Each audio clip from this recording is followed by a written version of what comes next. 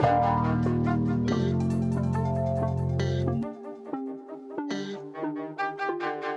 Monday, September 4th. It's actually Labor Day, isn't it? It doesn't feel like Labor Day. Does it ever feel like Labor Day? Happy Labor Day, my friend. Happy Labor Day to you too, I guess. It's a Victory Monday. Happy Victory Monday. It is it's a Victory Monday for both of us. Wow, look at us. Wait, why are you saying both of us? Like I'm not a fan of your team. That's what I'm saying. Like it's we as Michigan State football fans are celebrating on Victory Monday. You're right. We are. Thank you. Right? Yeah, we are. We very much are. I have to remind myself that sometimes.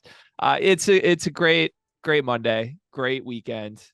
You were out on a lake, but not enough lake content. I have a conspiracy theory going. You weren't actually on a lake. What do you mean? Well, you told me you were on a lake, and you told me you were going to a lake, and I would expect lake content. I never got any lake content from you on a lake. And if there's one thing you don't do when you're on a lake, it's not provide lake content. Did you check your Snapchat? No. Do I need to? Well, there's your lake content. In my defense, I'm a little jaded to all of this because last night when I was telling my wife we were maybe going to record early or something, and you said you were an hour away from home and you'd drive back in the morning, Mal's response was, well, that's a lie. And she had a deep conspiracy theory that you guys were already home based on a snap that Meg had put up. Mal really on the detectiveness. She got me on edge. Okay, that's all I'm saying. And by the way, I don't think it was a lie. I defended you. But anyways, we are. I'm just. Does this have any correlation with the fact that my dream last night was that you got on this podcast and announced that Mal was pregnant again? Well, it's crazy that you say that, Cart, because it probably is time for a little announcement for me, isn't it? No way. I'm just kidding. It's not true. That'd be wild. That'd be wild. I think that's physically possible. I think it would be physically possible, but we're not a podcast about human anatomy. We're a podcast about college sports, and we have quite a bit to get to because college football is here, my friend. Should we do a quick newsletter recap, by the way? Not the greatest newsletter week, but then I look back at it, and you're 3-1 on against the spread picks. Yeah, went pretty solid. Michigan State -14, even though it stressed me out. Utah -4.5 hit pretty easily. Florida State +2.5. Obviously, they whooped LSU outright. And then my pick out of respect backfired as the Fighting Peyton Thorns covered against Don Brown and the Minutemen. But I had to make that pick based off last week. And they earned that respect. And you know what? They almost did cover, but it wasn't really close at the same time. Yeah, I forgot the key thing about Don Brown teams is that they only beat up on talentless teams, and then they get beat up by talented teams. So that's on me. I should have warned you. Although you probably would have fought me on Auburn being talented based on who their starting quarterback is. So I don't know. We can avoid that for now. Point is 3-1 day for you in the newsletter. That's a winning week. My against the spread picks were 2-3. I'm pretty upset about the 3 losses. Purdue had 1,000 different chances to win and cover that game and didn't. Houston against UTSA. Nobody told us Houston was going to wear baby blue and red uniforms. And they did. They wore baby blue and red uniforms. Literally your favorite colors. I said it on the last episode we did on Wednesday. I said baby blue and red's an underutilized color combo. It's the key to everything. And then Houston comes out in those. Nobody told me. Never would have bet UTSA had I known that. So GTZ teasers, though, 2-0 on those. And Don Brown actually did cover a leg of that for me. It was +48. They lost by 45.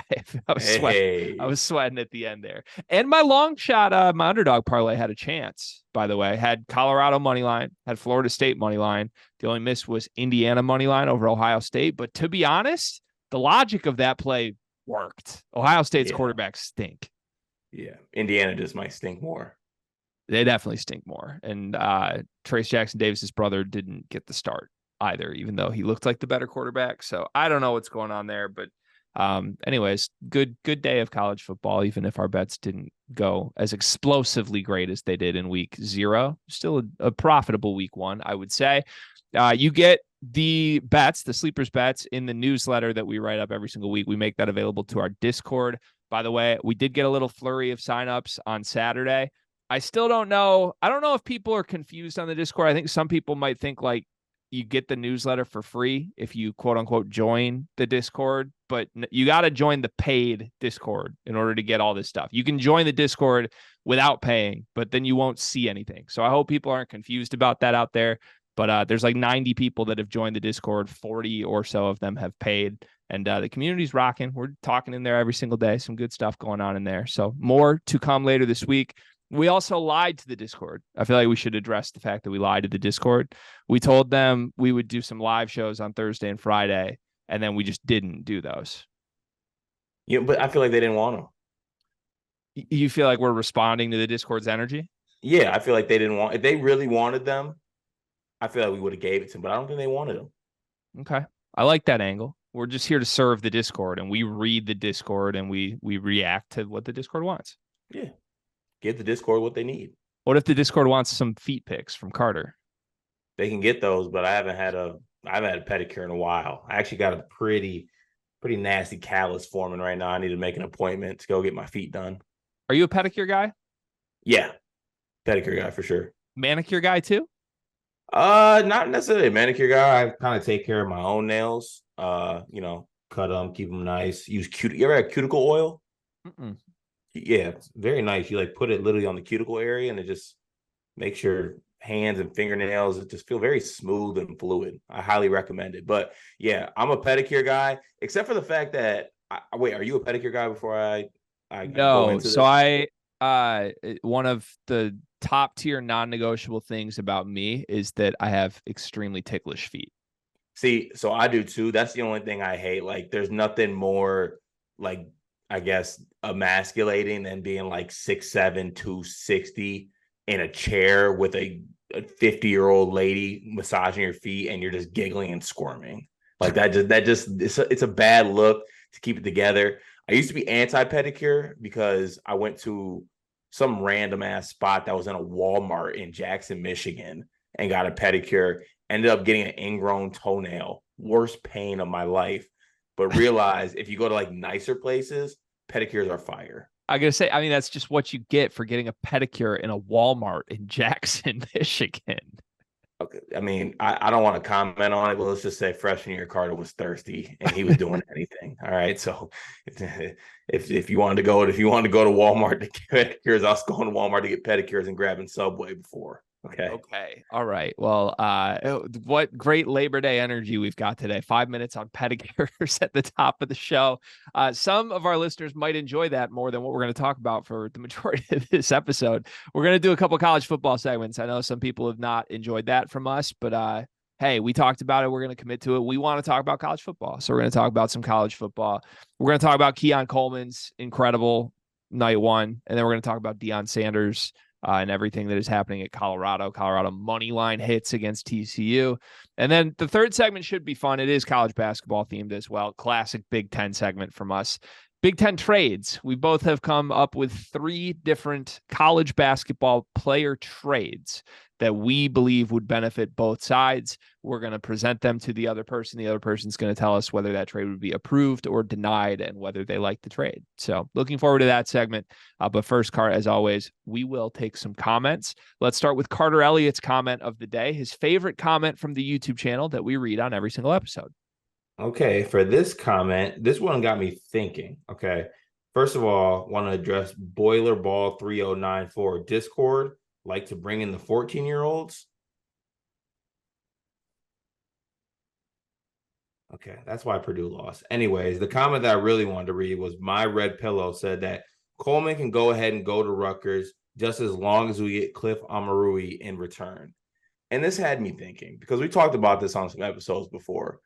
It seems like Illinois doesn't realize what they necessarily have in Coleman. There's a lot worse basketball players in the world to stake your claim to hating than Coleman. And if I was Rutgers, I would take that trade in a heartbeat. If I was Illinois, I would deny that trade in a heartbeat. Do you feel the same? How should others feel? It's a trade that I don't think makes sense for either side, to be honest. I guess you can make an argument that makes sense for Rutgers because they kind of don't have an offensive identity right now, and maybe Coleman could theoretically give you that. Illinois, though, like if you get Cliff, all that does is make Dane Danger redundant. So, like, okay, you probably have an upgraded center. Cliff's a really good center, one of the best in the Big Ten.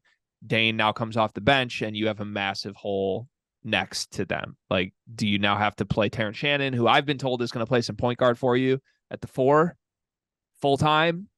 Okay, now there's an extra spot in the backcourt. You need a body. I don't know. I don't think that helps Illinois, so I would not do that. But I'm with you. Like, it feels like the Coleman stuff is personality based, and I don't like doing that. Although I shouldn't say, like, I shouldn't hate on people for doing that because we definitely make judgments off of people's personalities. I just think in general, we like the players with dickheaded personalities, and a lot of fans hate the players with dickheaded personalities.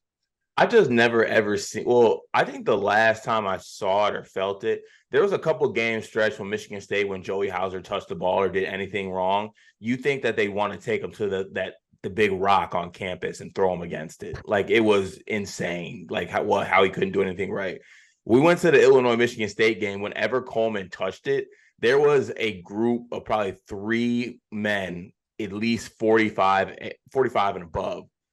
Anytime Coleman touched the ball, yelling things at him, calling him an idiot for shooting shots, like just actually letting him have it before he even did anything. It's just the energy when Coleman does things is just off to me with Illinois. And it's not even like Jordan Poole got a lot of that in Michigan. Genuinely, like Michigan fans didn't love Jordan Poole the whole time he was there, and I'm like, this dude's the coolest. I get it, he's erratic, he takes some crazy shots, and he complains, but like he's awesome. Like, let's enjoy that. Yeah, I don't know. What are you doing? Terrence called me, so I was sending him a picture of why I didn't answer his call. Oh, nice. Love that. Hi, Terrence. Good morning. Do you always get calls at 9:48 in the morning from TJ? No. So should we answer live on the podcast? No, well, I got this thing with TJ because I sometimes ignore his calls. If it is an emergency, he sends me like the red emoji. There's like codes. If it's green, it can be like a later call. If it's orange, it might percolate a little bit and get out of control. If it's red, I should call back immediately. We're good. Wow. Okay.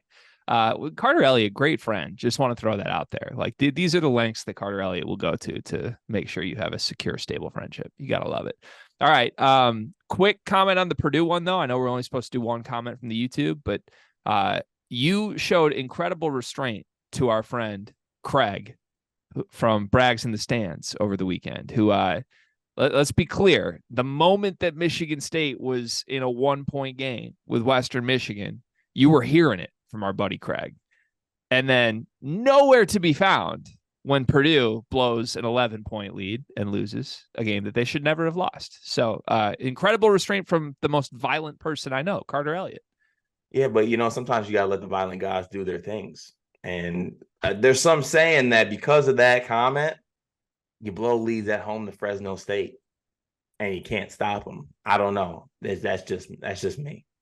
But I couldn't imagine waking up on this Labor Day like, Greg, you went to go get your Dunkin'. You got a 1-0 Dunkin'. Big B. Excuse me. Sorry, you got a 1-0 Big B. Some people didn't get 1-0 Big B. Some people got 0-1. Some people went back to the drawing board after week 1. Gross. Who would ever want to do that? All right. We love you, Craig. If you're listening to this, know you listen to the show. I don't. I'm on probation with Craig. We got beat for a little bit.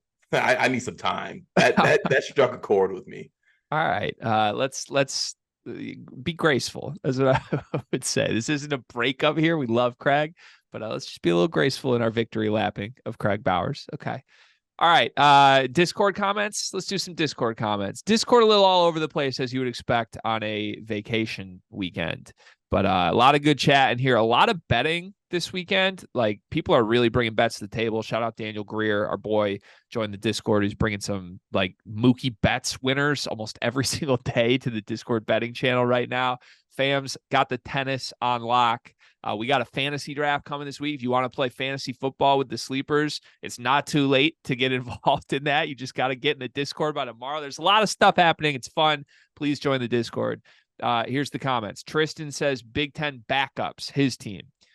Boo Booey, Key Tominaga, Jameson Battle, Tyler Wall, Cliff Amourier, and Mike Woodson. I don't think Tristan understood the exercise.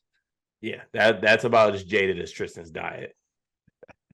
I'm not following. I don't know if that's a joke. I don't know if that's. No, I think he's saying like the backup to we're picking backup players in the Big Ten. We're not picking backups to the first team all Big Ten members that we chose.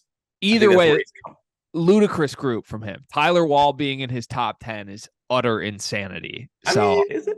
It's less insane than the thought of Boo Booey being a backup point guard. Genuinely crazy. Love you, Tristan, but come on, my friend. Maybe, honestly, Tristan, you might have lost too much weight. It's getting to your head. You might need to put a little more back on, my friend. Please, we want you to be healthy. Moving on, a lot of responses to that. Insane. Trevor was in here saying Trey Kaufman-Renn at center, Xavier Booker at the 4. We locked in Trey Kaufman-Renn pretty quickly. I think we could have gone Xavier Booker. I think a lot of people would have picked Xavier Booker in the spot we did. My response is just there's a lot of really good backup bigs in the conference. I don't think there's a lot of great backup guards. In my opinion, we got the best point guard off the bench in the conference, bar none. That's Jeremy Fears. So that meant no Xavier Booker. Yeah, I agree. I honestly didn't realize how kind of thin the backup guard position was till we did that exercise. It didn't strike me. A lot of good ones. Yeah. Really isn't. It's ugly. It's ugly. There's not a lot of great starting guards, in my opinion. Like Michigan State, the good teams have good starting guards. You get like halfway through and you're like, Brock Harding? And I'm sorry. I know I bring a lot of slander to Brock Harding, but I can't. He's like the 6th best point guard in this conference. That's crazy to me. Trevor also says he's here for the Grealish slander. I said he's a cardio merchant. I stand by that. Do you have any rebuttal to me on my Grealish slander? Well, I think another thing that I like about this is all I'll say about Grealish is that he's one of those players. Again, we talked about Coleman. There was a time whenever Grealish touched the ball, whenever Grealish did anything, it was all, oh, this guy's shit, 100 million pounds, most expensive footballer at the time ever, And all he's done since then is win a treble, be one of our best players on the team last season, and get absolutely active at all celebrations. This man couldn't walk at the Manchester City parade because he came right from Ibiza. He's a hero. I didn't know that side of Grealish. I might need to recalculate my feelings on this man. You are my Jack Grealish. Yeah, I see. I don't know what to do with that. I'm not educated enough to know whether that's a compliment or like something. I'm your Erling Haaland, and see, I don't accept that. And you're my Jack Grealish. I don't accept that. I don't think Grealish is doing as much behind the scenes as I am. Like I'm down to let you score the goals. I'm down to let you be the face. That's fine. But I don't think Grealish is putting 4 extra hours a day behind the scenes in like I am. I think he is. I don't think he is. We're going to have to talk about this. Ulamog says the streak ends at 38 daily episodes. Pay out to all those who bet under the 50. I don't know that anybody could have bet under. That would have been like minus 100,000. I think people cashed the alternate over 30.5. I think people cashed that big plus money. Oh, 100%. 50, that's just ridiculous. That's just, you can't find those. You can't find those odds. We now have a new target to break, though. 38 consecutive days with episodes. Day one. Let's I want that smoke. Nick 1904 says today's episode has me at work doing absolutely nothing besides thinking about my own college basketball Hall of Fame foursome. Pause. Would love to hear your opposite for a Hall of Hate. My Mount Rushmore of hate is Aaron Kraft with 4 different expressions. And I'm dead serious. Nick jumped back in and said Brad Davison is an easy but non-negotiable answer presented by Grayson Allen. Hold on a second. Friend of the pod, okay, Brad Davison. Brad Davison I think he was the first player to come on Sleepers, actually. He was. If Sleepers existed 10 years earlier, Aaron Kraft would have been on the show, though. And you would not dislike Aaron Kraft. No. That's the one thing you know how we're always talking about how we got to be professional and carry ourselves a certain way. I will dead ass not even dap or look at Aaron Kraft if I saw him in public. I made it's no longer the password to this for the record, but a couple of our Sleepers passwords to certain accounts were Aaron Kraft 4 for a while. You did not enjoy that, but you had to enter it. You had to enter it. Just ridiculous. Coy noticed a trend, as Nick said, Brad Davison and Grayson Allen. He said white dudes that were good but not great is the answer, it looks like. It does feel like white players are pretty easy to hate in college basketball for some reason. It was just like, well, yeah, I don't know, because they do it to themselves. Like Jamal Mulvaney. A lot of people don't like him. Well, I mean, but there's also like, the Dre Gibbs-lawhorns of the worlds. Are we saying DGL's white? No, I'm just saying like he rubs people the wrong way. Oh. Sky Clark rubs people the wrong way. Okay, yeah. You're right. That's not a race thing. That goes always. You're right. But at the same time, when you add it up, the data kind of backs it. Yeah, I just, on a list like this, I don't think people are rushing to say DGL or Sky Clark the way they are. Like, I mean, shit, even in the Discord, when people started chiming in, we were getting, Aaron Craft, Grayson Allen, Brad Davison. That was kind of the archetype. Yeah, I'd have to think on my all hate list for quite a while, to be honest. I think Xavier Simpson would be on it. I really, really did not enjoy my. I might put Tum Tum might make mine. Yeah, I feel like if we did ours genuinely, I think we would have more players from our own teams than we would. And it'd be like players that held other players back. You might have the entire current center rotation in your Mount Rushmore. Can I get a sneaky pick on there? Please. That I didn't think it would be on there? Please. I think Kenny Goins might make a spot on there. Again, friend of the pod. Wow. I don't know. I didn't realize I didn't realize he thought he was Zion. Yeah, we were like asking him about the game where Jaren was notoriously on the bench, and he like very abruptly cut us off. Was just like, I mean, like, what do you mean? Like, of course I was playing over Jaren. Like, let's dial this one back for a second, Kenneth.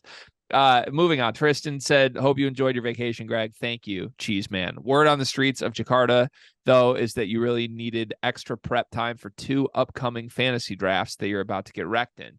Any response? Yeah, here's a quick response, and I mean this from the bottom of my heart. I'm very good at fantasy football when I care about the league.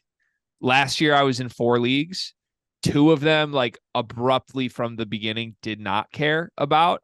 One of them's a league like I run that's a keepers league with 24 people where the winner gets like $3,000 a year. Care about that one. And then also cared about the one we did with Jeff Goodman and everybody in that group chat.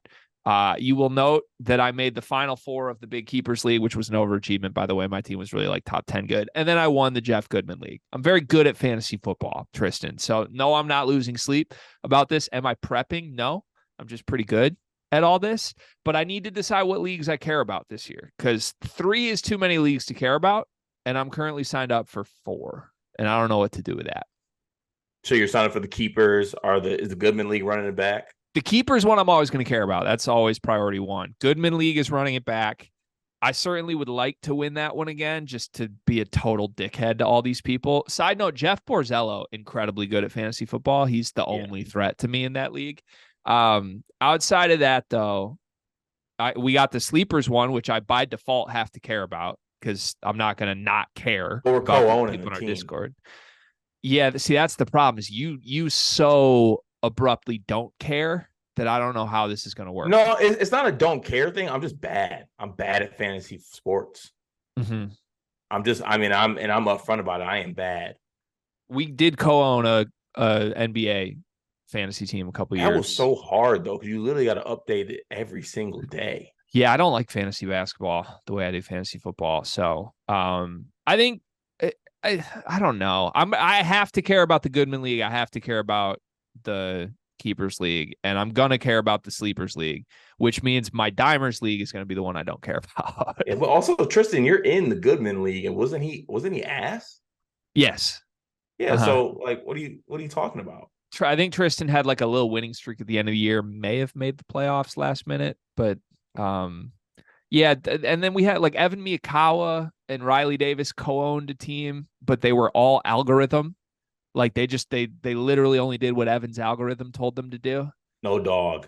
And just to be clear, I beat the algorithm. Like You can't co-own a team with just math, okay? You got to mix math with emotion. You got to mix math with strategy, with cutthroat savviness, okay? Nobody has it the way Waddell has it.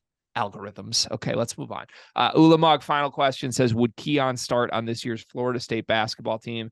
He would have had a big role at MSU if healthy at the beginning of the year. Even Jason Whiten's got minutes. We're going to do a Keon segment, but you want to address this one quickly?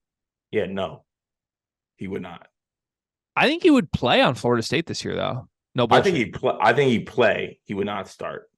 I would need to look at who the starters are on Florida State. Like, they lost everybody, I think. Like, Matthew Cleveland's out. Caleb Mills is out. Would not start. It's bad times in, is it Tallahassee? Yeah, Tallahassee. He started Butler. Shout out Lucas Harkins. I think Keon can play, man. We talked about this. Like, I do too. I do too. When he was in the game with like Steven Izzo, like he was a threat. When we were talking about someone asked who's the best walk-on, like Keon would have been that answer if he was still on Michigan State. Yeah, Keon's a good, but he would have been a scholarship basketball player if he wanted to be, but he wanted to do football. And now he's probably going to be a first-round pick, which is great. Sorry, I know we're moving on, but we're going to have to take a footnote for maybe an episode or two after this. Your sleeper league fantasy run last year was special. It was great to be along for the ride. Didn't you sign Xavion Knight to pull out a win or something like that? Yeah, Donovan Knight. My big keeper one. Yeah. So yeah, during the big playoff push in my big 24-team keepers league, you and I were on the road to Nebraska and Iowa City back to back in a critical must-win week. And I had everybody hurt. I'm trying to remember who I had. I think Cooper Kupp was hurt. I don't remember. Nobody cares, but I had two starters hurt. So I signed Zonovan Knight, who had 120 yards and 2 touchdowns. And yeah, I mean, great league. By the way, big overhaul. Again, nobody cares about fantasy football, but I traded Pat Mahomes in a keepers league. I traded Pat Mahomes this offseason. For who?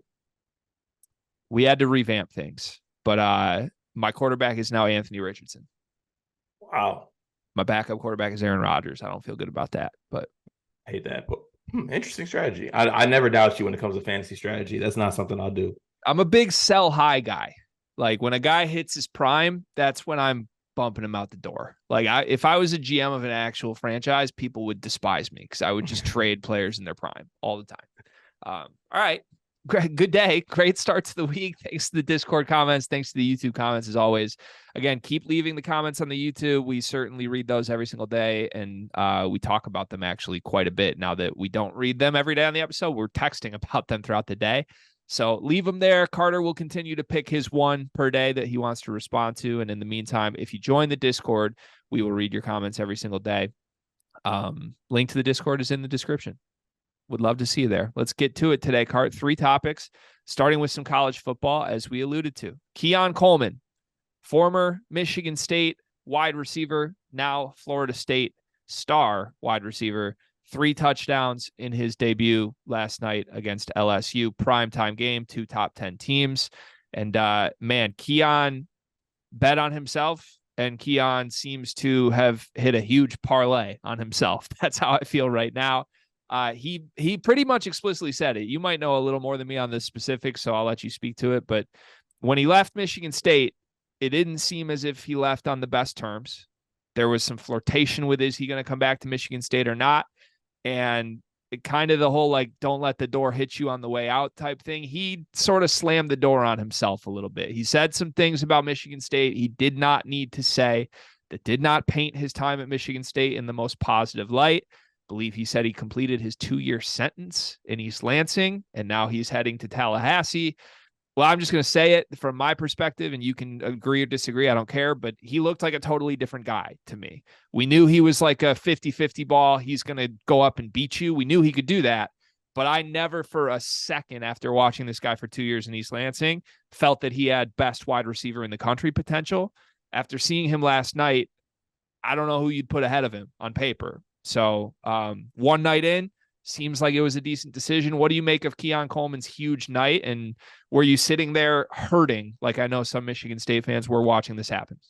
Yeah, I guess it's twofold for me. One, I wasn't hurting because what was he supposed to do? Like, is he supposed to stay in East Lansing and play with Noah Kim or play with guys that are just that you don't know anything about truly? And he loses his quarterback in Peyton Thorne, and he doesn't want to stay in a situation where he's playing with another unproven quarterback. You really have a certain amount of years too as a college football player. Like, you got to play 3 years of college or 2.5, whatever it is, before you even enter. So there's like a really small window, and you're getting miles on your legs as a football player. He's in a great situation. I mean, Jordan Travis is damn near 26 years old. He's played a lot of football. He's a good quarterback. I saw a funny tweet the other day, though, that I just want to bring up. Someone said that Jordan Travis is Caleb Williams if Caleb Williams wasn't good. And I can't unsee that. But like, Jordan Travis is like, I would say good. He's a good quarterback, obviously. But I think you see now what kind of dynamic receiver Keon can be when he has when he has better quarterback play. So, credit to him. Obviously, I was texting you. I'm like, Florida State might actually be a college football playoff like favorite, like winner in my book. And Keon's one of the best receivers in the country. Is what it is. Yeah. Michigan State cannot claim Keon. Let that be known. Really? He left. Okay. Is that like I guess I'm interested in fleshing that out a little more, because like, it's one of those things where I don't think you can blame the kid. Maybe you can say you don't like the decision, or you don't like the way he handled publicly his comments on it. But I don't think anyone can sit here objectively and say like that was a bad decision by Keon Coleman. Oh, no. The It was a reasons good decision. And also, just to reiterate, when I say we can't claim him, it's more so we can't claim him as like, oh, you see what we do? Like, this is Michigan State wide receivers. Like, no. Did we play a bit? Did we play maybe a bit in his development? Yes. Did we maybe hinder his development? You could probably make the argument that we probably did by what we put around him or the play calling. But you can't blame the kid for leaving for a better situation. That's what it is. Maybe it hurts more when they leave for a worse situation. But I also saw a tweet that was funny. Is someone said this is what Wake Forest fans must have felt like when they were watching Kenneth Walker's season. Yeah, which is crazy. So this is the era of college sports, though. It's like the transfer portal giveth, and then the transfer portal taketh away. And you better make sure that your program is in a healthy enough spot that it's appealing to your stars to stay and maximize their potential. And I will make a comparison. I made the comparison on Twitter last night, but Cart, this is like 1-for-1 what Michigan's going through with Hunter Dickinson right now. And I know people have compared Michigan State football to Michigan basketball. There's no one on earth that's a fan of those two the way I am. Like, I'm sitting at home getting double hurt while everybody else victory laps the other one and makes jokes at the other people's expense. This sucks for me double. The truth is, Hunter Dickinson made the right decision. He went from a bad program that did nothing to put him in positions to succeed to one of the best in the country, and he's going to be a first-team All-American probably.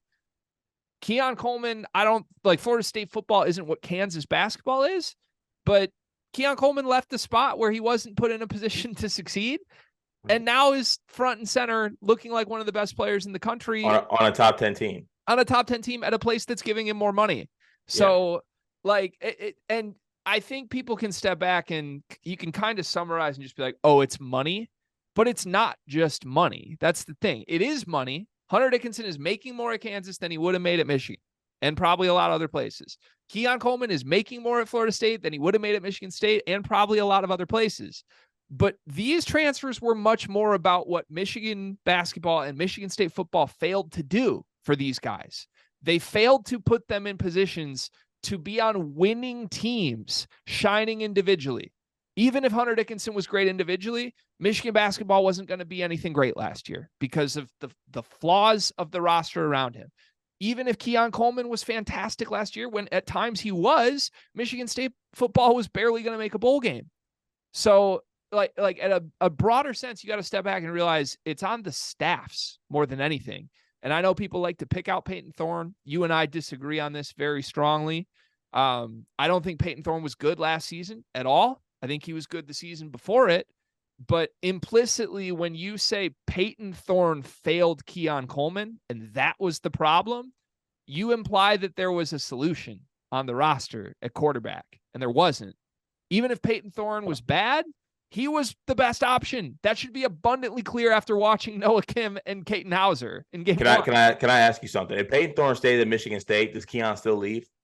I don't know. Yes, he 1,000% still leaves. So this is what I was going to ask you, because I don't know the dynamics of like did those two get along or not? I know there were rumors they didn't. Well, it was more so rumor they didn't get along because of Peyton's play. Wasn't it more that just Peyton like preferential treatment to Jaden Reed because they were boys? No, it was more so like his actual play. Like he didn't.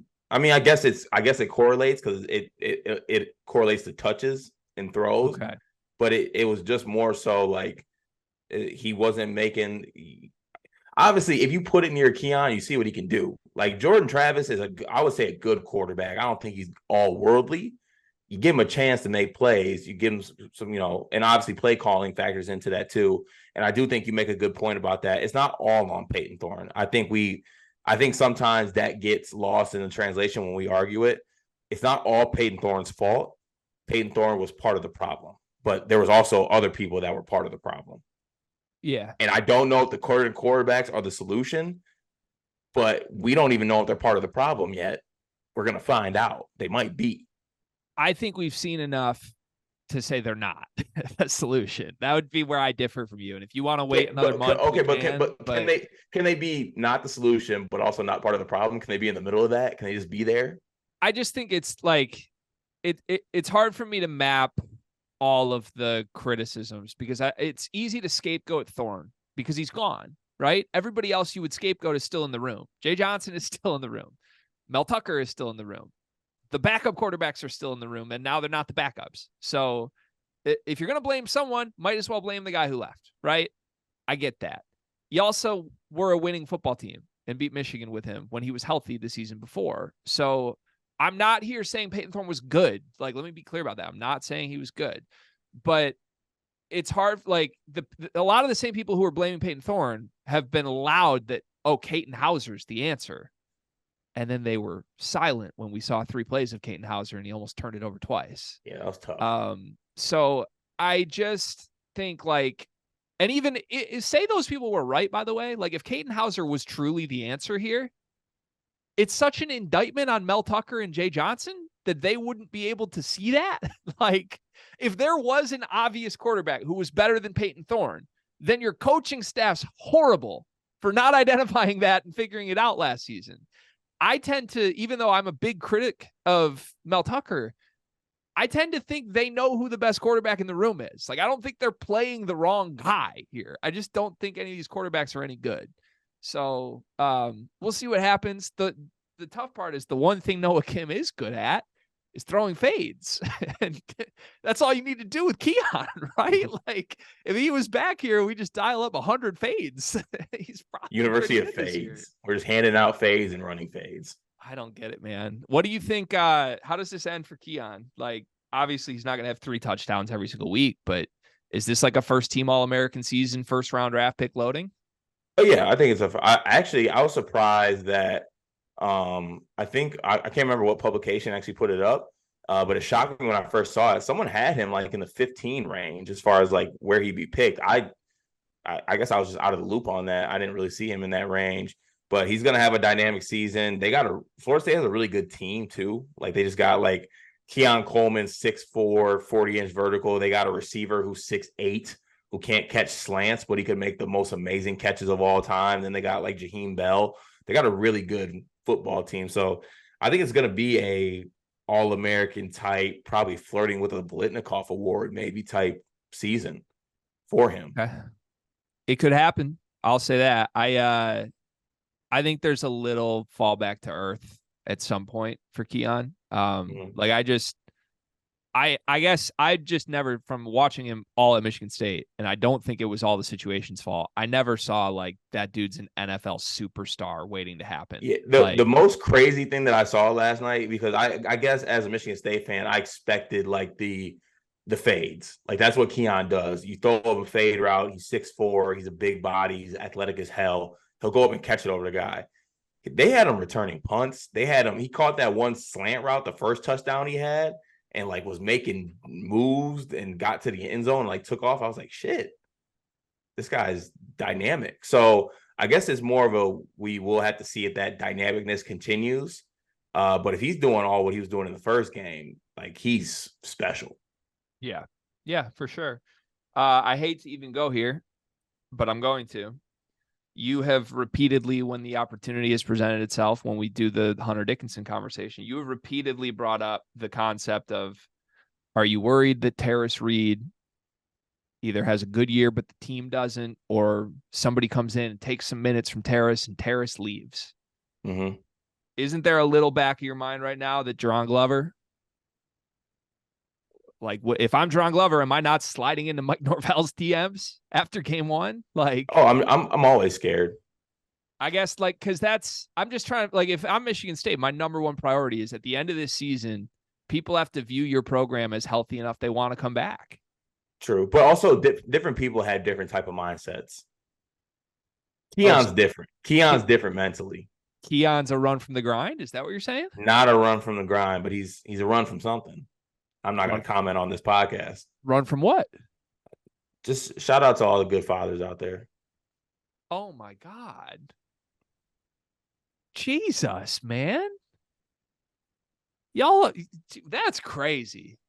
That's crazy. That's rumors. I don't know. I'm just saying. That's crazy. It's not always run from the grind, but no, what I really wanted to say with that is that some people, I don't know, maybe like carry themselves as like, and they should, like a superstar. Like he wants to go be a superstar. He wants to go be the guy. Not everyone carries himself like that. Okay. You know what I'm saying? Yeah, like he wants the big lights. He wants to play in Florida State. He wants to, people culture appropriating shit. Like he loves that. He wants that. Not everyone wants that. Loves cultural appropriation. Some people want that. You don't think the next guy up is thinking superstar? That's not a goal of a. I'm scared for every player in the country to leave, especially if I'm Michigan State and we don't have money. I think I'm the problem. It's me. Hi. I'm the problem. Is Mel Jawan Howard? There's a lot of comparisons here. I think one of them's a much better coach than the other, though. It's my true feeling. Which one? I'll leave it at that. I want to talk Deion Sanders in Colorado. So we probably should have been more upfront about our Colorado belief. Like I wish we would have gone back and both had against the spread picks on the Buffs against TCU here. Looking back, it was one of the best obvious plays you could have had. But I did have Colorado money line in one of my long shot parlays. It was great watching that leg cash. I know you and I jumped on it live a little bit too, trying to back Colorado. But man, Shedeur Sanders is awesome. Travis Hunter is the best player in the country right now. I don't care if he doesn't have like an eye-popping stat line. He's still the best player in the country. What he's doing, playing the percent of snaps he is on both sides of the football, now at a high major level, is insane. It's just Charles Woodson 2.0. It's absurd. And Deion is right. Like Deion has been very brash about all this, all the clips of him coming into that locker room and saying, if you're not ready for this, get out. He brings his guys with him. He bets on his son, who was at an HBCU, and then he puts up 500 passing yards against a team that was just in the college football playoff. And then he hits the podium and basically says F you to every single writer that doubted him. I love everything about this. What is your impression of Deion Sanders and his start at Colorado? Yeah, I mean, I loved it. It was to go into, despite what TCU lost, obviously they lost Duggan, they lost Williams, but to go into the home of TCU, the team that just was in the college football playoff championship game last year, and be 20-point underdogs and win the game after all the noise that surrounded the program throughout this offseason and everything that went on. And people were upset about, what's he's doing with the players, like all the cameras, all the talk, like everyone's just so upset and bent out of shape about it. And he goes in there and he gets a dub. And to put it in basketball terms, and I just came up with this 2 seconds ago, so it could be very wrong. I just love the idea that Colorado's mindset and Deion's mindset is I'm gonna get like guys and I'm gonna just let guys rock. It's kind of Jerome Tangish at Kansas State. Like I just got guys and I'm just let guys go make plays. And I kind of like that. Like he's got Edwards, he's got Horn Jr., he's got Hunter, and he's got his son. And yeah, they gave up 45 points, but he's like, shit, I got guys on my side. Like, let those guys go make plays. Let Travis Hunter make plays defensively. Let Jimmy Horn Jr. make plays. Weaver make plays. Shador make plays. Dylan Edwards make plays. Just put your guys in a position to rock. And I love that mindset. And it's probably extremely fun to play in as a player as well. And you'll be damned if you don't think that also this is like the beginning. This couldn't have started out better for Deion, because we talked about how players like kind of see what the other side looks like. There's players around the country right now that are maybe not in the best situations, that are extremely talented, and they're like, shit, I want to do that. I want to go make plays. Like that's going to be intriguing to them. Yeah, was it Travis Etienne hit Twitter and basically said, damn, little bro, maybe he should go. Like, and that's his little bro is one of the most talented guys on paper in the country right now. So yeah. Like we got a little tampering live right now. Somebody tweeted out and said college football has a Deion Sanders problem and it's only going to get louder and louder. And I don't know that I would frame it as a problem. And I have a little more thought on that I'll speak to in a moment, but they're absolutely right that like this is only going to get bigger and louder and more successful than it is right now. And that should terrify everyone that is an opponent of Deion Sanders, because if this is how good his football team is right now, if they can step on a field in a road game against a team that was just one of the final 2 teams left, that was just in the national championship game, and win a road game with a roster that I think is probably far away from what his future rosters could be in terms of talent, this really could be his sport in a year. And I don't think we're overstepping to say that. Now, they need to sustain this a little bit. Like there's definitely crash back down to earth potential. They're a pick 'em against Nebraska next week, which is crazy because Nebraska looked horrible. But they have a very tough schedule. Like you look through, they got to go at Oregon. They play USC at home. They go at UCLA, at Utah. Like this is a tough schedule. So they got to have a winning year. Like if he wins 6-7 games on this schedule, honestly, I think that's a pretty good year. Maybe expectations have changed, but it's one of those things where like, if he stays at Colorado, next year's portal class is going to be absurd. Like people are going to be running through the door to sign up to play here.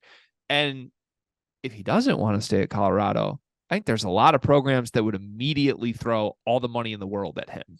Like SEC school. What school wouldn't want Deion Sanders to be their head coach right now? I don't know. Like, is Alabama and Georgia the only 2 in the country that would prefer their current coach? Michigan, maybe Michigan too. Probably Michigan. Or like BYU's coach. Yeah, or that. But I don't know, man. Like, I think it's going to be his sport sooner rather than later, which is crazy. I mean, and you think about it, G. To start the season, the over/under for Vegas for wins for them was like 2. It's 3.5. Was like that's so if he wins, if he gets over that, and there was stats that back this, people were hammering the under. There was a lot of talk about this is the worst roster in Division I football, like Power 5 schools. So they're really shutting down that noise early. Obviously, they could crash back and come back to earth, but damn, it looks fun to play for Deion. The thing, though, is like, I don't think there's that much that could crash because Shador is really good. Like that's the main thing here is I don't think your offense is going to crash as long as he's the guy under center, if he stays healthy. And I don't think people realize that because he was at Jackson State. But I think anybody that watched him knew like the speed and the arm were there. It was just like, can he process things at a faster level? He looked like one of the best quarterbacks in the country in game 1. And I get it was TCU's defense, but you look down this list, like it's not like Pac-12 defenses are elite. Like you don't think this offense is going to score 40 points against USC? Yeah. USC USC made Jimmy Cordero look like a Heisman candidate. It's going to be shootouts, and that's where they're going to thrive. So the last thing for me, this is more broad, but I was at like a little family function yesterday, and we were talking about Deion in Colorado with my father and my uncle, notorious old Caucasian men No offense to frame it that way, but let's call it what it is. These are old Caucasian sports fan men. Okay. And they were very out loud, just like we don't like what Deion Sanders is doing. This is bad. This epitomizes what is bad about sports right now. And I'm like, I'm really sad that that's how people are viewing this. And I get like there probably are everybody from that generation and that demographic probably views it this way. But I think there's a pretty big difference between what Deion is doing and like what everyone else playing the portal is doing. And I just want to say that out loud because this isn't like Kansas or Alabama, like Kansas basketball, Alabama football being like, we have more money than everybody else, so I'm going to go poach my rival's best player. That's not what's happening right here. And it might be what happens in the future. But like what this is right now is Deion taking a bunch of kids that were playing at an HBCU. To some level, they were doubted. And I know Travis Hunter had offers everywhere. It's a credit to Deion that he got him to believe in what he's selling to come to Jackson State. But like Shad was with him at Jackson State. Like Shad didn't necessarily have crazy offers. People doubted the player that he was. And there's a lot of other guys on this team that came from Jackson State. And I think to give them a platform and give them an opportunity, like, I don't know how you watched the post-game interview of Travis Hunter and Shad, and then they brought the running back who had 3 touchdowns in. Like, these guys truly believe with their bones what Deion is selling them. And I don't think it's bullshit. I think this is like he has an incredible ability to make it us against the world. And it's not what the big blue blood evil schools are doing of just buying players right now. He's giving kids that didn't have chances a chance to be special. And I wish people embraced that more instead of just old white men being like, black coach doing bad things. Yeah, it's nasty work to see. And it's noted too. It's not just there's a narrative that's kind of floating around that's just like, it doesn't necessarily rub me the right way. Pause. My father and uncle don't rub you the right way. Okay. Come on, man. You've had some beef with my dad before. I mean, big. Yeah, well, because his Beatles takes are asinine. But he loves them though. And I love that he loves them. You love his love. You just wish. Yeah, I love and respect his love. But you wish his love was directed to better things. Yeah, like why listen to Ringo Starr when you got a granddaughter now? You know what I'm saying? Like we shift. I think you hate a lot of things my dad loves. Like my dad loves Michigan football, Jim Harbaugh. My dad loves the Beatles. I mean, what else does he love? Law. Why'd you say law I think like that? He loves law. He loved law. He loves you. I love you. Okay, so we can bond over that. Yeah. Okay. All right. That's big. Final thing on Deion in Colorado. How does this end for them this year? What's their record? Where does their season end? See, the schedule is just so hard. It truly is. And it's eventually going to come somewhat back down level to earth. I think like they become bowl eligible. It's like 6 wins. And that's a good year. Okay. I think this team's in a New Year's 6 bowl game. Shit. I don't think they're in the playoff. I think they lose 1 to 2 games. But wow. Yeah, I think they're that good. Like if you told me between at Utah, at UCLA, home to USC, at Oregon, I think they win minimum 2 of those 4 games. Yeah. I mean, UCLA was kind of in a dogfight with Coastal Carolina. Yeah. Like I would expect them to win UCLA. I mean, a home game in Boulder against USC, that place is going to go crazy in that game, and it's going to be a shootout, and they can win shootouts. Let's see what they do against Nebraska, but I genuinely believe they're going to beat Nebraska by like 20 plus points. Yeah, we'll see. So, I'm all over that game. Okay, we'll see. Third topic here, back to college basketball world. Big Ten trades. Where did this topic come from? Did you brainchild this, or did we have a comment that wanted this? I think we had. Actually, I think this was my little brainchild. I had like a little statement, like, what if we could trade? I can't remember. It might have been Coleman to Rutgers. And then you thought, save that. Let's talk about what we do for a segment for it. I think you just took credit from a comment. I think someone commented, what player would you trade? And then we said, we're going to save that. Really? Yeah, I think so. Maybe Okay, not. well, I don't if know. I did, I'm sorry. But also at the same time, like you can fight me too if you want to. So I asked you to bring 3 trades. I also brought 3 trades. You go first. I'll go second. Unveil your 3 trades. Go from your least favorite to your favorite. And then I will tell you whether, 1, these teams would accept this trade. And then 2, I don't want to say give it a grade, but basically speak to whether I like it, whether I don't like it, who I think wins it, etc. So Okay. let's start with your least favorite. Take us to your favorite, and then I got 3 after that. All right. My least favorite is Doug McDaniel traded to the Illinois Fighting Illini for Dre Gibbs-Lawhorn. Talk me through the why here. I think that Doug can be a dynamic level point guard. And I think that he could also solidify, like, Illinois. I know you originally said that you want it to be like a 1-year thing.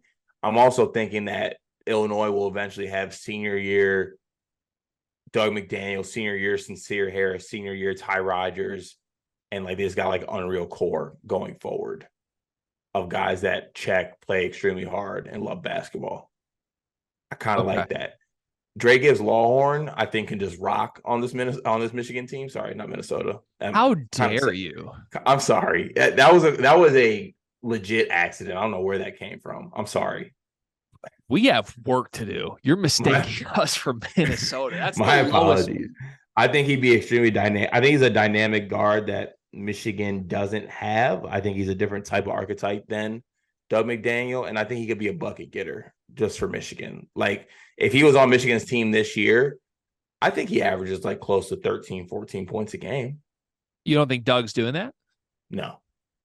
So in your head, Dre is a better player, which is why Michigan takes this.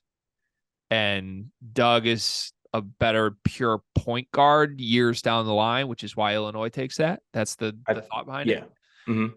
Okay. I don't think this trade goes through. That's my evaluation. I think Michigan declines it because I don't think Dre Gibbs-Lawhorn is a better player than Doug, first of all. If Michigan was in like a win now mode, maybe. But Michigan, if anything, I think should be in like, let's find a young core that matters. And I don't think you want potential toxic locker room one and done guy over small point guard who you have 3 more years of. So Illinois would take that, in my opinion. Don't think Michigan would. Okay. All right. I'm kind of mad that I got my first one shot down. We'll go to the second one. I can't believe you think Doug can't score 13 a game. Like, that's kind of my baseline for Doug this year, to be honest. No, he strikes me as more like a 10. 10, 5, and I think we might have a bet here. I'd be down for that. Oh, he is. All right, second one. Olivier Nkamwa. I love they're all Michigan. For TKR. Ooh, I'm intrigued. Yeah. I'm intrigued. Okay, give me more. Talk to me. Okay. So I think that TKR, to me, he's a center. I think he'd be most dominant at center, but a center could also stretch the floor a little bit, maybe hitting like a 15-foot jumper. Yes, the fit might not be necessarily as well with Terrace, but I think you figure that out. I don't know who figures that out, but that's why you have a coaching staff. They can figure it out somehow. Juwan also loves a good power forward, so he would embrace TKR with open arms. Let that be known. And I just think that Olivier Nkamwa could be dynamic next to Edey. I think defensively, he could be really, really good. I think it's a great defensive front court. Edey doesn't get enough credit for what he is as a rim protector. And, I will kind of go on your mindset here that Olivier can stretch the floor more than I give him credit for. Yeah, he shot it really well at the FIBA thing. And I know it's a small sample size, but like eye test. Shout out to Finland, man. I love Finland. Lauri Markkanen. Eye test and numbers were really, really good for Olivier. Like he looks like a guy who's going to shoot a lot of threes this year. Even age number too for that. That's good. Okay. So I think Purdue fans are going to hear this and would say, no way. I think Purdue fans will act like they're just too high on TKR and he's way better.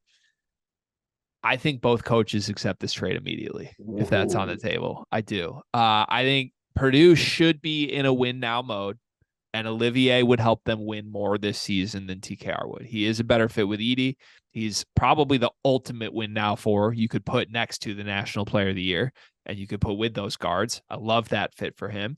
And I don't think Purdue needs to play for the future because you still got Caleb First. You still got these young guards. You're still going to be able to recruit big bigs. They need to win now, and Olivier would help them do that. Michigan, even if it's clunky with TKR and Terrace, you take the bet on the guy with more years than Olivier. Like Olivier's not bringing Michigan to a Final Four this year. So take TKR's upside next season and figure it out. I love that trade. I accept that trade. And I think Purdue wins that trade because I think Olivier is probably better than TKR on paper right now. And it's a win-win, but Purdue wins that trade. Glad to see that. That's exactly how I see it. And then lastly, I have a Michigan State to Illinois trade. I have Coleman being traded for AJ Hoggard. Oh my God. I can't believe you went there. I'm huge on Jeremy Fears. I think that Jeremy Fears can play right away. I think you have Tyson and Jaden still on the team. I think that could be dynamic as well. I would love to see that court of Jaden and Tyson, to be honest with you. If that doesn't work out, you throw Fears in there. And I think that we could use some front court help. And I think Coleman can do that both offensively and defensively. He can help us out. I think that'd be really good. And, obviously not to harp on it, Illinois needs a point guard. Why not take one of the best point guards in the Big Ten and AJ Hoggard? So I want to ask you this because I'm shocked you went here. But if you were going to trade AJ Hoggard, is Coleman your number one ideal target? Like if you're saying I'm trading AJ Hoggard for a front court guy, I feel like you could get guys that aren't Coleman if you wanted. Like you could get anybody from Indiana's front court for AJ Hoggard. You think they would? You think they would? I think that. I mean, they need a guard. I said more right? so Coleman because I think they would actually trade him. I need to see it accepted. Oh, okay. You don't think Indiana would trade one of their three? No, not from the sounds of it. See, I think they would. They got Xavier Johnson. Why would they? Okay, I think they would. But okay, I wasn't sure if that was like you think Coleman's the best option or you think he needs to go. I think it needs to be accepted. I think the trade needs to be accepted. Got it. Okay. Man, I can't believe you went there on AJ. I love the logic. Like, I'm with you. Michigan State's backcourt would be totally fine with Fears, Walker, Akins. With that said, I also think Hoggard has first team All Big Ten upside. But like, what are you doing with Coleman? Is he the starting five for Michigan State now and plays next to Malik Hall? Yeah. I mean, deep down, there's no way Tom Izzo does this. But on paper, if I'm both coaches, I do it. I think, right? I think, it's a no-brainer if you're Illinois. No offense to Coleman. But, you put A.J. Hoggard with Terrence Shannon, Dane Danger, and the others, I think that's a top. That's probably the third best team in the Big Ten.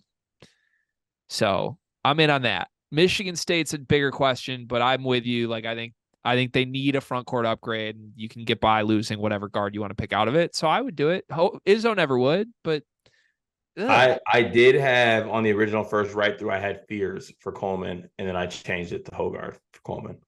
That one's actually more intriguing to me because I think Michigan State fans could get behind that easier, and I think Illinois wouldn't mind having 4 years of Fears over 1 year of AJ. See, I think Michigan State fans would say, I want those years of Fears instead of over this 1 year of AJ. Okay. I'm intrigued. If we end up clipping this, I'm very curious to see what the Michigan State reception of this would be. I think mostly... I know it'll be. It'll be your fault. Of course it'll be my fault. Okay, so I'll give you 2 out of 3 for that. Do you feel good about that? Is that a good result for you? Yeah, I'll take that. I was expecting 0-3. Okay. So I have 3. 2 of mine are a lot more complicated than yours. What you want to start with the easy one or you want to start with the complicated ones? You can start with the easy one. Let's get a layup. Start with the easy one. Boo Booey for Dre Gibbs-Lawhorn. Would you like some explanation? I would like some explanation, yes. Boo Booey being stellar for Northwestern this season does nothing for Northwestern this season. And I'm the biggest Boo guy there is. I won't put it past him to drag this team back to the tournament. It could happen. But Northwestern actually, outside of Boo right now, one, doesn't have a lot that's ready to win now. Two, has some young guys. Like if you look at the other guys who are going to play for Northwestern, it's guys who have multiple years of eligibility for the most part, other than a couple transfers they brought in. They need a guy who's the next Boo. They don't need the current Boo right now. They need a guy who could be Boo 3 years from now and can grow with them. Dre might think he's a one and done, but he's super talented. You throw him on Northwestern, kind of like what you were saying with Michigan. It's just the Dre Gibbs-Lawhorn show. He can do whatever the hell he wants, and it'd be really fun to watch. Boo is the ultimate win-now point guard for a team that needs a win-now point guard. I thought about a Michigan State, Illinois flip like you did, but I think at the end of the day, Izzo would never do it. I think truly right now, Northwestern would take the guy with 4 years of eligibility, and Illinois would take the win-now guy. I like that trade. I think Northwestern would be hesitant to give up Boo. I just think optically, could they let go of the greatest? I mean, I don't know if he is, but like one of the greatest Northwestern players of all time. I think they could embrace the prospect of DGL. Okay, I think they accept it. I'll give you the benefit of the doubt. I think they accept it. Also, think your body would just combust on the spot if you got a backcourt of Boo Buie and Terrence Shannon Jr. Yeah, I mean, I just would be such an Illinois fan at that point. Like if I could get those two together, I think that's probably why I led with that trade. Honestly, I just want to see it so badly. We need to get like, at the end of the season when they do like the All-Star game stuff in Phoenix next year, I need to see a Boo and Terrence Shannon team at like the Reese's game. That'd be incredible. That'd be nice, or just a photo, photo so we could post like what could have been. Or just a photo with me. Like, I'll take that as an alternative. I'm right there with, we can work it out. Okay. You ready for the complicated ones? Both of these are complicated. All right, let's hear it. Are there cap implications with this? No, just players for players. I thought about throwing some NIL in, but there's a lot of names involved, not one for ones on this one. Okay. Number 2. Caleb First, Camden Hyde, Brian Waddell, and David Jenkins. In a package. Is David Jenkins still on Purdue? Is he? Who's the transfer guard now? Lance Jones. Lance Jones. That's what I meant. Jesus, sorry. Caleb First, Camden Hyde, Brian Waddell, and Lance Jones for Kisei Tominaga. That's it. Hear me out.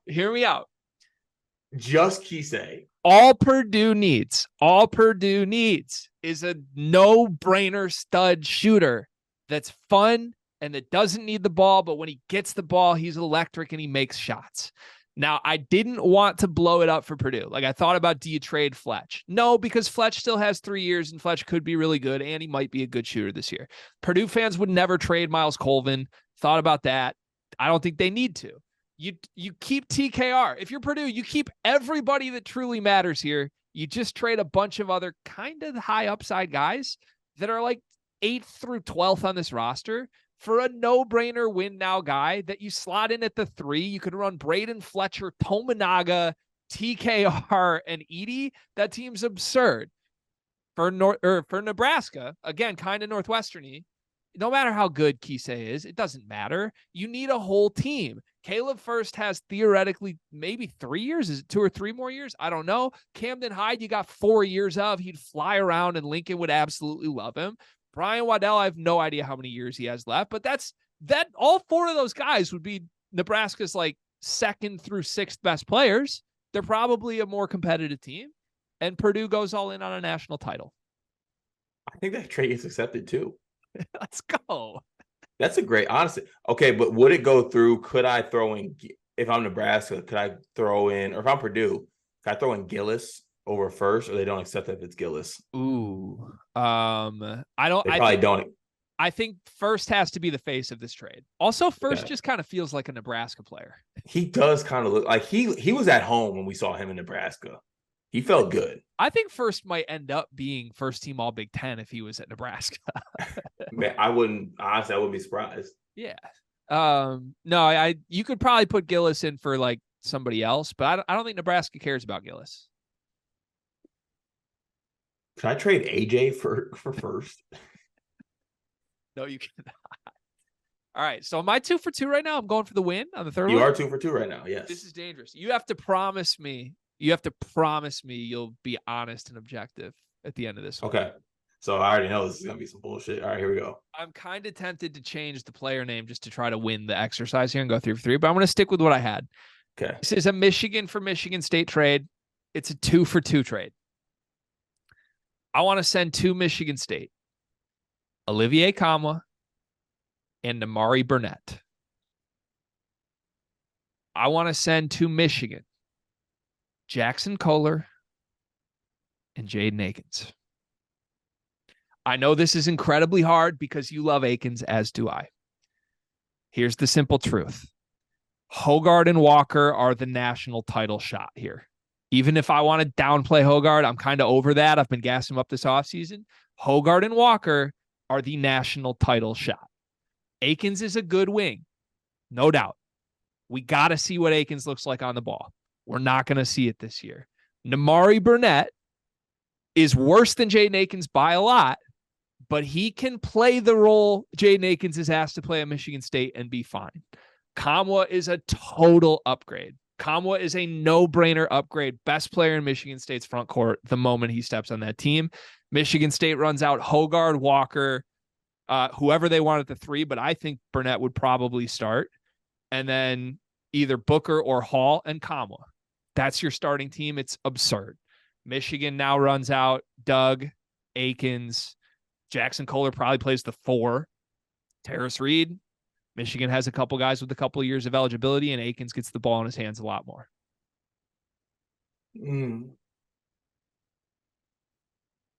This pains me to say because the logic fits.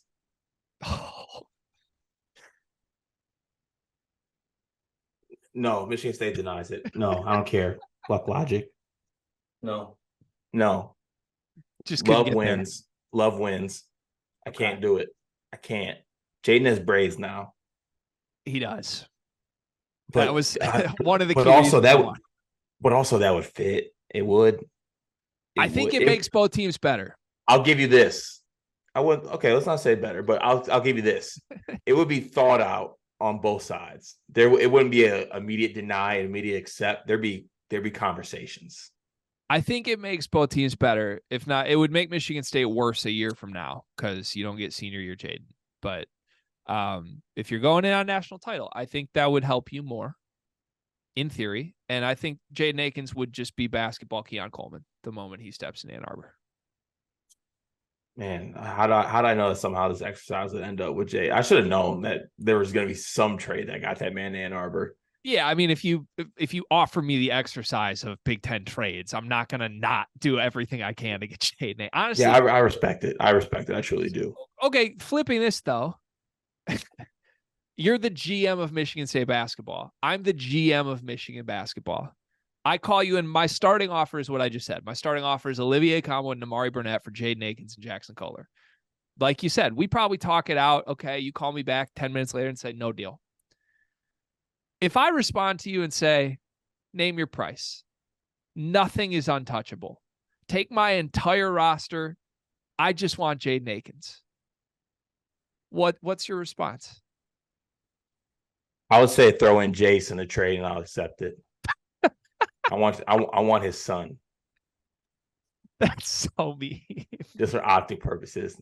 I'm ripping you from mommy and daddy. Come on. And I'm making him wear Michigan, and I'm starting him every game so you can get a picture of him in the jersey. That's a level of petty I didn't even know that you had within you. But for the record, that's a no-brainer. 100% doing that. All right, that was a fun exercise. We both finished 2 for 3, I guess. I'll give you 3 for 3. Oh, thanks. I don't take handouts though, so we both finished 2 for 3. Okay, all right. Let's finish today's episode with one big thing presented by Bigby. Today, Carter, I actually got this lovely Bigby iced coffee that I actually took and I dumped in a Dunkin' cup for no reason. So this is a beautiful, beautiful Bigby iced coffee. It tastes fantastic. What's your one big thing today? I love how I can always tell how your day's going by where your iced coffee is at the point of our conversations. Like you got a long day ahead of you, I feel like. Okay. All right. I don't know. Okay. My one big thing, personal note here, it is my baby sister. Well, my baby sister. She's turning 27 today. It's her birthday. So I just want to say happy birthday, Lillian. Classic case of I went through hell growing up and had to have all the rules in the world so that she could live a life that's free, fun, and without rules. Glad to be the human sacrifice for that. She's out here living her life, doing big things. Super proud of her. So just want to say happy birthday, Lily. And I know she doesn't watch this podcast, so she's not going to see it. But if you want to be a good baby sister, support your brother and actually watch, you jackass. But happy birthday. That didn't feel like the most loving birthday wish I've ever heard. That's how we communicate. I have her in my phone as stupid. Wow. Who's your favorite sister? Grace, my middle sister. You're just so comfortable saying that? Yeah. Why lie? We don't lie to family. It's right. close. I love them both. I die for them both, but Grace is my favorite. Well, happy birthday, Lily. I mean, Jesus. All right. My one big thing today. This was a thing I ran into a bunch on my vacation in Traverse City this past weekend. A gas leak? Well, there was a gas leak. That was a horrible moment. Probably the roughest moment of my parenthood thus far, to be honest. But we made it through. We survived. That's not my one big thing. My one big thing is this. I don't think at any checkout, at any for pay establishment in the world, I don't think that you should be asked to tip before you receive your product. And I'm getting frustrated that everybody uses like the card swipes themselves. And I'll be completely honest, Car. I like to tip. Okay. Like I'm a tip every time something. Okay. Not that. I like to give additional money on the things that I buy to the service staff. And I like to do so every time across the board. If I get great service, I would like to give a lot of money. Okay. I'm going to avoid the word. I would like to exceed the 20% baseline quite often if I get great service, if I have a nice human to human interaction. The problem is when you ask me to tip before I have that human to human interaction, I don't know what I should be tipping for. I don't know if I should tip you 20% the moment that I sign up to buy a slice of pizza. I need to see that pizza come, and I need to see how you interact with me when you serve me the pizza. So we're backwards as a nation right now.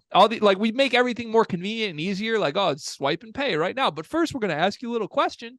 I don't know. Like, can I ask for 10 minutes and I'll come back and tip later? Because that's what I'd like to do. I'd like to properly tip based on my evaluation of your service. I agree with that. And also, I don't think it hasn't gone unnoticed that the prompt has gone. Usually it was like 10, 15, 20, 25. Now the option's not even there. We're already up to 18 as the baseline minimum. And that doesn't sit right with me. Now, I'm also an avid tipper, whatever word you want to use. I give great tips. But yeah, I'm a baseline 15 guy, and then I work my way up. I don't know where you stand on it, but I'm baseline 15 based on service. I go higher. But I do agree. You gotta actually receive the service before you tip the service. I'm a baseline 20 guy, I would say. But if you do something like objectively bad, then you're getting dinged pretty significantly for me. But like, I'd say 90% of the time, like I'm 20 on up. Like if I even have any sort of good experience, whatever, it's like 25, 30 if I can. But if the bets are hitting that week. But the point is, I think these businesses are costing themselves money, Car. Asking me to tip before I see the human-to-human interaction. You might get 40% from me if you're just nice 5 minutes later, but I don't know that you're nice yet, so you got 20. That's tough. I like that. I like that mindset. Last thing I want to ask before we wrap this episode, though. When you tip, if it's not the automated one, how do you do it? Do you do it in your head? I know we're not a math podcast. How do you calculate? Yeah, I just do it in the head. You do? Okay. Yeah, like if it's I literally go on my phone. If my bill is $29.72, I will go on my phone, type in $29.72 times 20%, put that exact number. Yeah, I'm not that. I usually round up. I make it 0, so I don't have to do math as far as carrying ones. That's a smart podcast. That is a smart move, not a math podcast. If my bill's like $17.74, then I would just in my head know that like $5 is a good tip. I give him $5. Okay. That's not how I operate, but I was interested to know. Okay. Good show today. Missed you. great episode. We'll be back 4 more episodes this week, every Monday through Friday. Sleepers Podcast. Click subscribe if you're watching on the YouTube. Jump in the comment section. Try to get Carter to read your comment on tomorrow's episode. And join the Discord. Link is in the description. Newsletter coming later this week. Have a great Monday, everybody. We'll see you tomorrow.